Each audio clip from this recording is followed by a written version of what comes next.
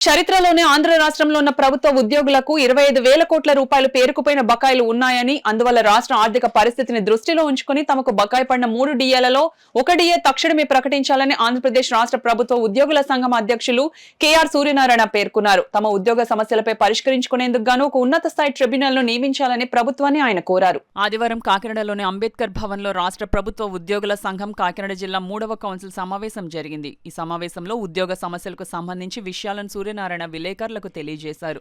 ఈ సందర్భంగా సూర్యనారాయణ మాట్లాడుతూ ప్రతి నెల ఉద్యోగులకు సుమారు 6,500 కోట్ల రూపాయల నెలకి వేతనాలు ఇవ్వాల్సి వస్తుందని, ఇవే కాకుండా ఇంకా రకరకాల బెనిఫిట్లు రావాల్సి ఉందని చెప్పారు. రాష్ట్ర ఆర్థిక పరిస్థితిపై తమకు పూర్తిగా అవగాహన ఉన్నందువల్ల బకాయి పడిన 3 డిఏలలో 1 ప్రకటించి ఉద్యోగులలో ఆశలు చిగురింప చేయాలన్నారు. అలాగే ఉద్యోగుల వేతనం సంబంధించి ప్రతి నెల వేతనం ఇచ్చేలాగా చెల్లింపులపై చట్టబద్ధత చేయాలని కోరారు. అలాగే ఎప్పటి నుంచి ఉన్న సర్వీస్ నిబంధనలు మార్పు చేసేలా చట్ట సవరణ చేయాలని సూర్యనారాయణ డిమాండ్ చేశారు. ఈ సమావేశంలో రాష్ట్ర ప్రధాన కార్యదర్శి ఎం రమేష్ కుమార్, కాకినాడ జిల్లా అధ్యక్షులు ఎంవీఎస్ఎన్ జగన్నాథం, జిల్లా కార్యదర్శి జ్యోతుల రాంబాబు, ఉద్యోగ సంఘ నాయకులు సిహెచ్ పాపారావు, ప్రభుత్వ ఉద్యోగ సంఘాలకు చెందిన నాయకులు తదితరులు అధిక సంఖ్యలో హాజరయ్యారు.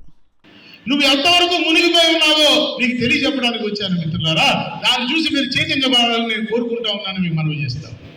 సమావేశం ప్రారంభానికి ముందు ఈ అంబేద్కర్ భవన్లో చాలా మరొక ఈరోజు సంతోషకరమైన విషయం ఏంటంటే, ఈ కాకినాడలో సమావేశం పెట్టగలుగుతారా లేదా అన్న అనేక శశవిషలు మీమాంసల మధ్య ఇంత విజయవంతంగా ఈ కార్యక్రమాన్ని నిర్వహించడం ఒక పక్క ఆనందాన్ని కలిగిస్తే, అది నేను నిత్యం తలంచే, నేను అనునిత్యం నేను పూజించే భగవంతుడికి దండం పెట్టిన తర్వాత నేను అనునిత్యం నేను తలంచేటువంటి డాక్టర్ బిఆర్ అంబేద్కర్ గారి పేరు మీద ఈ ఆడిటోరియంలో ఈ సమావేశం పెట్టడం నాకు మరింత ఆనందాన్ని ఇచ్చింది అనేటువంటి విషయాన్ని మనం చేస్తాను.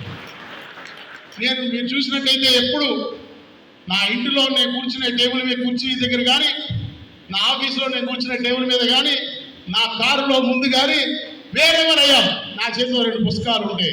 ఒకటి నేను త్రికరణ శుద్ధిగా నమ్మే ఆ భగవద్గీత, సాక్షాత్తు భగవంతుడు ఉపదేశించిన గీత, సర్వకాల సర్వావస్థల్లో ఎటువంటి సమస్యకైనా నాకు పరిష్కారం చూపించేటువంటి దిక్సూచిగా భావించేటువంటి భగవద్గీత పుస్తకం ఉంటుంది.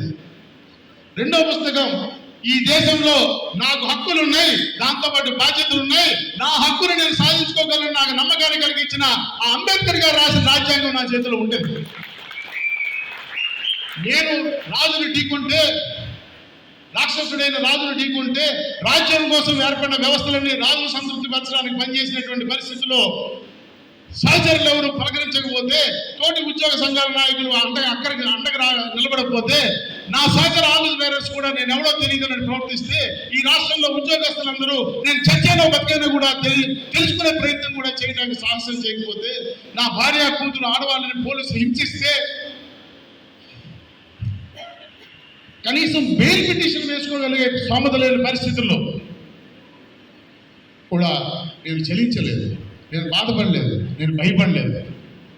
దానికి కారణం ఈ రెండే, నా చేతిలో ఉన్న భగవద్గీత, నా చేతిలో ఉన్న రాజ్యాంగం.